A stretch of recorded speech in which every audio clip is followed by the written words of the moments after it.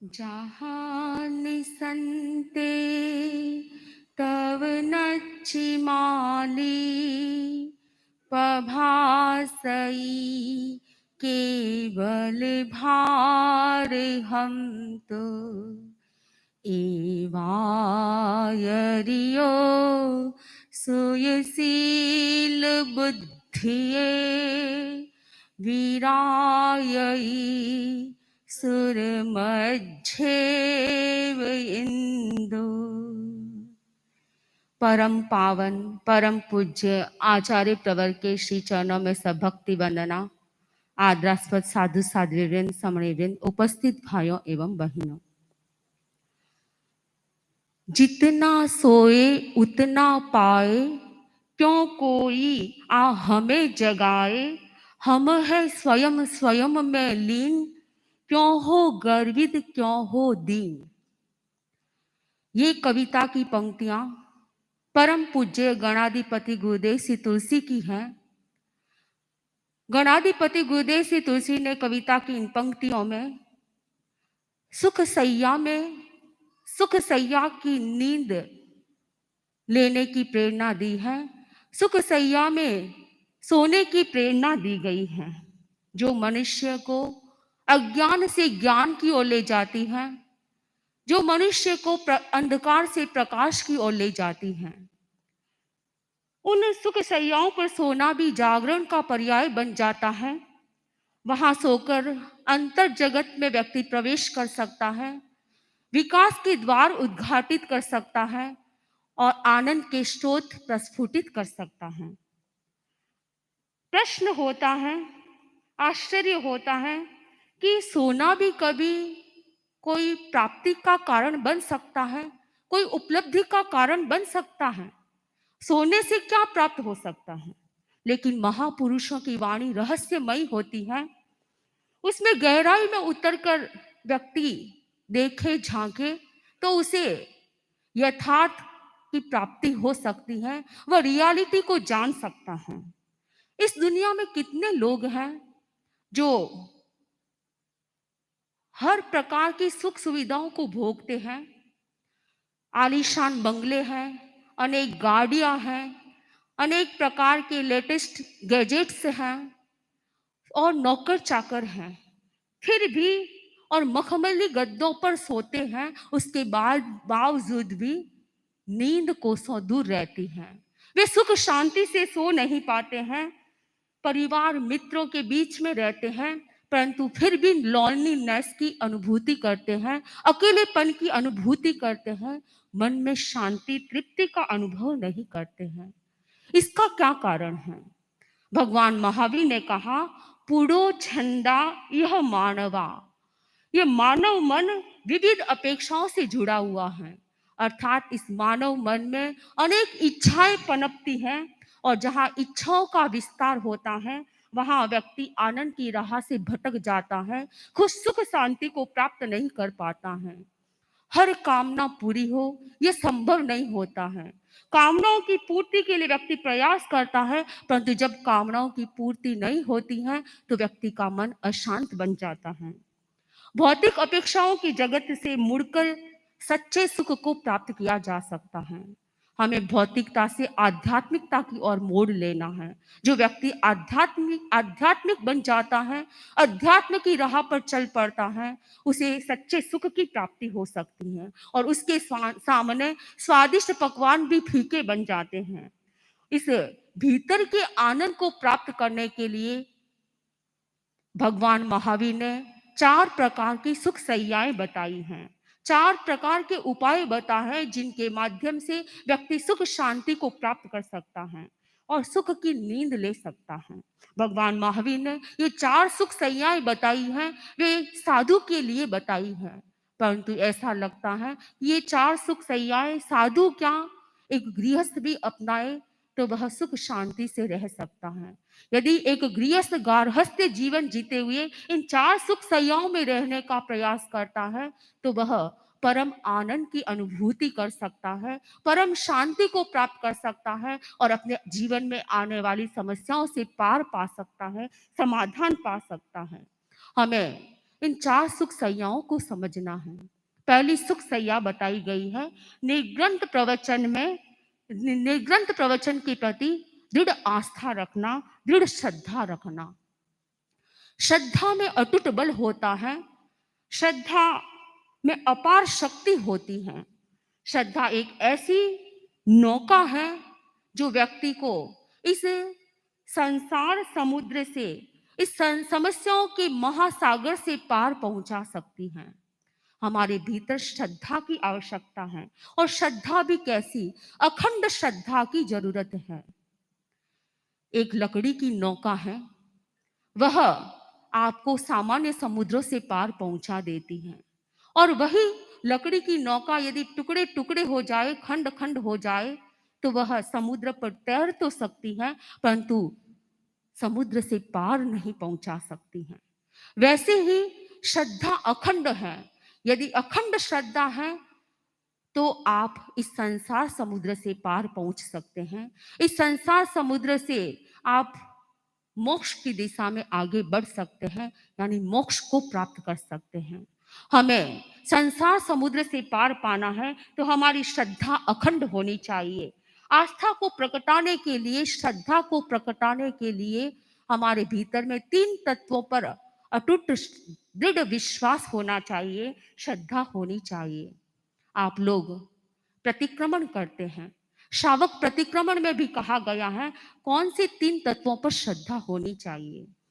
देव मेरे दिव्य अरहन श्रेष्ठ सारे लोक में, साधना धन साधु मेरे सुगुरु पथ आलोक में, धर्म वह जो साधना पथ केवली उपदिष्ट है, आत्म अरहन। जो अरहतों पर श्रद्धा रखता है, अरहतों के प्रति श्रद्धा रखता है, वह पहला तत्व। दूसरा है जो पंच महावतधारी सुगुरु के प्रति श्रद्धा रखता है। और तीसरी बात कही गई, जिन प्रज्ञप्त निर्ग्रंथ प्रवचन पर जो श्रद्धा रखता है। हमें इन 3 बातों पर ध्यान देना है। इन 3 पर जिसकी अखंड श्रद्धा होती है, वह व्यक्ति इस संसार समुद्र से पार पहुंच सकता है। कहा गया श्रद्धा ऐसा फ्रिज है जिसमें 3 तत्वों को जमा दिया जाए, 3 तत्वों का पानी जमकर एकदम बर्फ बन जाता है, तब तक इंतजार किया जाए तो व्यक्ति श्रद्धा को अखंड रख सकता है, और वह श्रद्धा धीति बल से संपन्न बन सकती है। हमें इन 3 तत्वों पर श्रद्धा ऐसी रखनी चाहिए, दृढ़ रखनी चाहिए। इसके लिए हमें सुदृढ़ बना रहना पड़ेगा। 2 प्रकार के स्पीड ब्रेकर हैं जो हमारी श्रद्धा को जमने नहीं देते हैं। एक स्पीड ब्रेकर है शंका, संदेह, और दूसरा स्पीड ब्रेकर है तर्क का। जहां श्रद्धा इन 2 स्पीड ब्रेकरों के द्वारा जम नहीं पाती है, वहां व्यक्ति सम्यक्त को पुष्ट नहीं कर पाता है। हमारे भीतर में ऐसे संदेह या शंका उत्पन्न न हो जो कभी श्रद्धा को खंडित कर दे। हमारे भीतर ऐसे कुतर्क न हो जिसके माध्यम से हमारी श्रद्धा अखंड न रह पाए। भगवान महावीर से गौतम स्वामी ने भी अनेक प्रकार की शंकाएं रखी थी, अनेक प्रकार के तर्क किए थे, परंतु वे तर्क और शंकाएं गौतम स्वामी को श्रद्धा में अखंड बनाने, उनकी श्रद्धा को अखंड बनाने वाले थे। हमारी भी ऐसी श्रद्धा होनी चाहिए। और वह श्रद्धा किसके प्रति? इन 3 तत्वों के प्रति। पर यहाँ सुख सैया की बात में कहा गया कि जिन प्रज्ञप्त केवली भाषिक धर्म के प्रति हमारी अखंड श्रद्धा होनी चाहिए। सच्ची श्रद्धा जहाँ होती है वह अनुकूलताओं में व्यक्ति अनासक्ति की साधना करता है और प्रतिकूलताओं में समाधि प्रदान कर सकती है। हमें सच्ची श्रद्धा को ग्रहण करना है।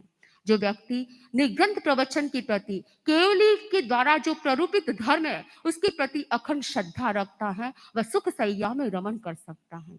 दूसरी सुख सैया बताई गई है स्व लाभ में संतुष्टि और पर लाभ में अनाशंसा। हम इसको सरल भाषा में समझ सकते हैं कि जो प्राप्त में संतोष कर लेता है, जो व्यक्ति को जितना प्राप्त हुआ है उसमें संतोष कर लेता है, वह व्यक्ति स्वलाभ में संतुष्ट रहता है और पर लाभ में अनाशंसा रखता है। यह कठिन साधना है। हर व्यक्ति की और पर लाभ में अनाशंसा रखता है। यह कठिन साधना है।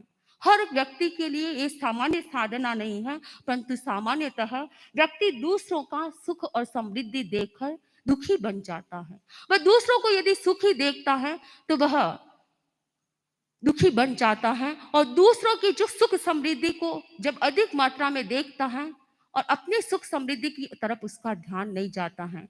दूसरों की सुख समृद्धि में उसे अधिकपन लगता है, लेकिन सुख खुद के पास जो सुख है वो कम लगता है।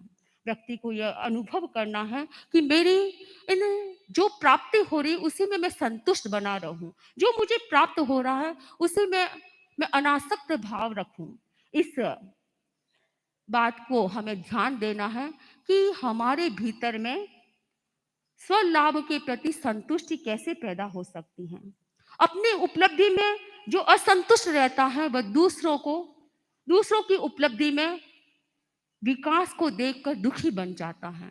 दूसरों का जब विकास देखता है, दूसरों को बहुत ज्यादा समृद्ध देखता है तो वह दुखी बन जाता है। कहा भी गया है कि व्यक्ति दुखी कैसे बनता है।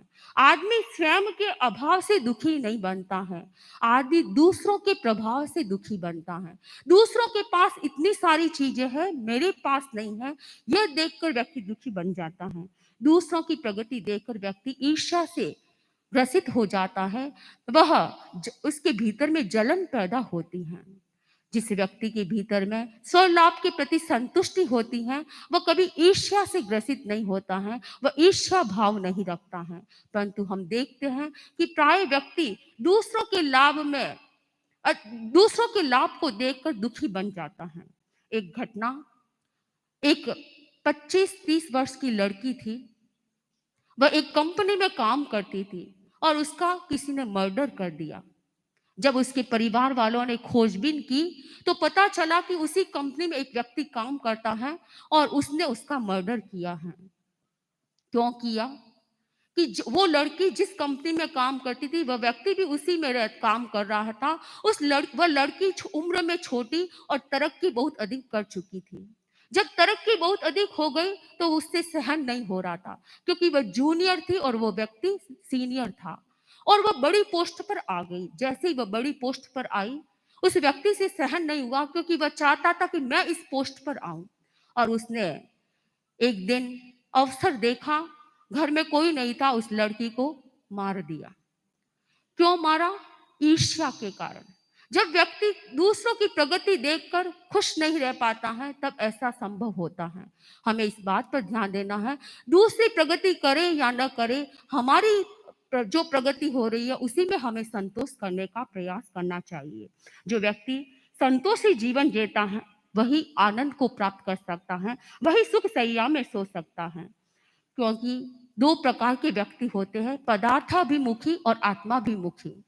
जो व्यक्ति पदार्थों के अभिमुख रहता है वह कभी सुख का जीवन नहीं जी पाता है, उसे पदार्थों से तृप्ति नहीं हो पाती है। और जो आत्माभिमुखी होता है वह आत्मा की तरफ, अध्यात्म की तरफ अपने चरण आगे बढ़ाता है तो वह सुख का अनुभव कर पाता है। हमें सुख का अनुभव करना है तो आत्म दिशा में आगे बढ़ते जाए। अनुभव करें कि आंख बंद होने के बाद कुछ भी नहीं रहता है, साथ में कुछ भी नहीं जाता है, इसलिए हमें इसी में संतोष करना चाहिए। जो प्राप्त हो रहा है उसी में संतोष करने का अनुभव करें। आनंद पर हमें पदार्थों से नहीं, भीतर के सुख से प्राप्त हो सकता है। हमें भीतर में जाना होगा। जो व्यक्ति भीतर में जाने का प्रयास करता है वह आनंद को प्राप्त कर सकता है। तो संतोषी सदा सुखी बनता है। हमें संतोष की आराधना करनी है, हमें संतोषी देवी की आराधना करनी है। जो व्यक्ति संतोष में रहेगा वही सुख सैया में सुख की नींद ले पाएगा। तीसरी सुख सैया बताई गई है, इंद्रिय विषयों के प्रति अनासक्ति। दो शब्द हैं, अनासक्ति और आसक्ति, अटैचमेंट और डिटैचमेंट। हम अनासक्ति की साधना करें, पदार्थों के प्रति आसक्ति का भाव न हो। हमारी ये 5 इंद्रियां हैं, और इन 5 इंद्रियों के 5 विषय हैं। 5 विषय शब्द, रूप, गंध, रस और स्पर्श। इन मनोज्ञ शब्द, रूप, गंध, स्पर्श के प्रति हमारे राग द्वेष न हो। हम उस समय मध्यस्थ रहने का प्रयास करें। मनोज्ञ कोई भी शब्द सुनाई दे रहा है, उसे तटस्थ मध्यस्थ होकर सुनने का प्रयास करें। उसके प्रति राग और द्वेष का भाव न लाएं। जो व्यक्ति इस प्रकार की अनासक्ति की साधना करता है, वह सुख और आनंद को प्राप्त कर सकता है। हम देखते हैं कि हमारे सामने कोई पदार्थ आता है तो हम उनका रिएक्शन करने लग जाते हैं। आप खाना खाने बैठे हैं, आप ये अभ्यास करें कि मैं खाना खा रहा हूं सिर्फ इस शरीर को चलाने के लिए, न कि मनोज्ञ भोजन सामने आया तो हम उसके टेस्ट लेकर, आस्वाद लेकर खाते हैं।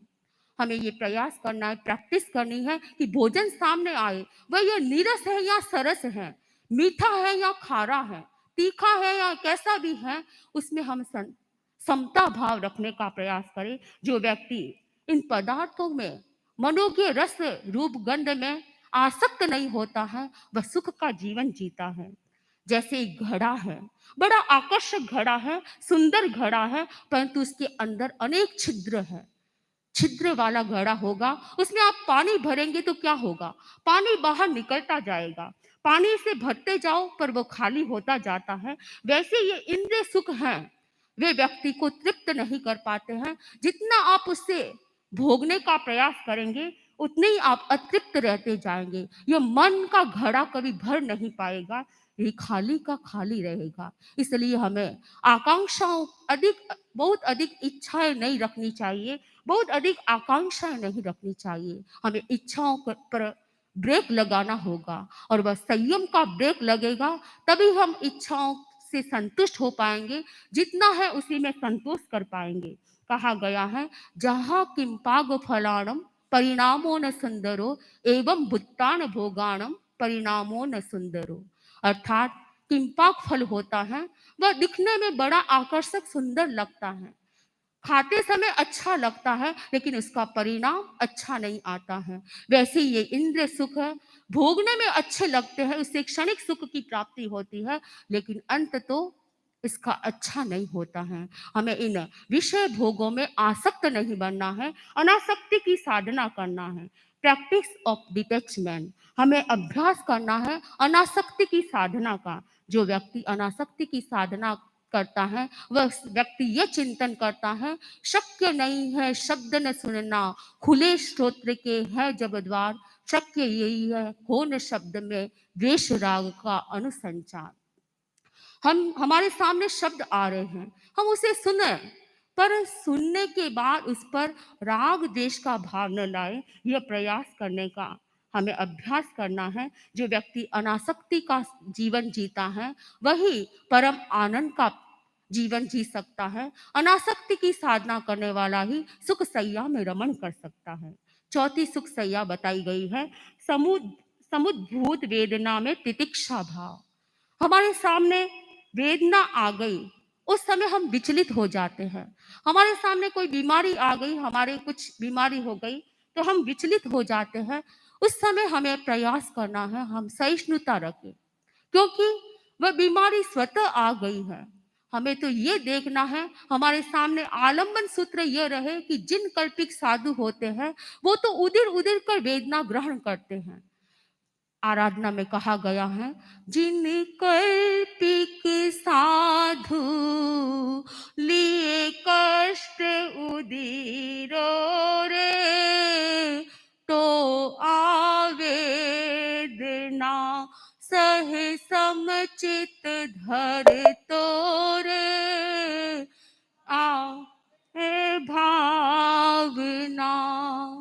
तो जिन कल्पित साधु होते हैं, वो तो कष्ट उदिर उदिर कर लेते हैं, और हमारे सामने जब वेदना साधु लिए कष्ट उदीरो रे, तो आव्या उदय किम थाय अधीरो रे, भावे भावना। कृपा कराइए। तो जिन कल्पित साधुओं के सामने तो परिस्थितियां आती नहीं हैं, वे उदिर उदिर कर उन प्रतिकूल परिस्थितियों को ग्रहण करते हैं। हमारे सामने कोई बीमारी आ जाए तो उस समय हमें संभाव रखने का प्रयास करना चाहिए। किसी को कोई बीमारी हो जाती है तो विचलित हो जाता है। हम सहिष्णुता का अभ्यास करें। जो शरीर में सहज बीमारी आ गई उस समय शांति रखने का प्रयास करना चाहिए, उसे सहजता से झेलने का प्रयास करना चाहिए। जो व्यक्ति सहन कर लेता है, मन को संतुलित रखता है प्रतिकूल परिस्थितियों में, वही व्यक्ति आनंद को प्राप्त कर सकता है। समता एक ऐसा लंगर है जो हर परिस्थिति में जीवन रूपी जहाज को संतुलित और नियंत्रित रख सकता है। हमारे भीतर में वेदना के समय, प्रतिकूल परिस्थितियों के समय समता भाव विकसित होता रहे, सहिष्णुता का भाव विकसित होता रहे, तो ये चार सुख सैयाएं जो हमें जागरण का संदेश देती है, जागरूकता की प्रतीक है। हमारे भीतर इन चार सुख सैयाओं में हम रमण करने का प्रयास करें। परम पूज्य आचार्य प्रवर के जीवन से हम प्रेरणा लें। परम पूज्य आचार्य प्रवर, महातपस्वी आचार्य प्रवर, इन आपके जीवन में हम देखते हैं ये चारों सुख सैयाएं हैं और इन चारों सुख सैयाओं में आप रमण करते हैं, इसलिए आप परम आनंद की अनुभूति करते हैं। हम भी इन चार सुख सैयाओं में रमण करने का प्रयास करें और इस मानव जीवन को सार्थक और सफल करें। इन्हीं भावों के साथ ओम अरहत।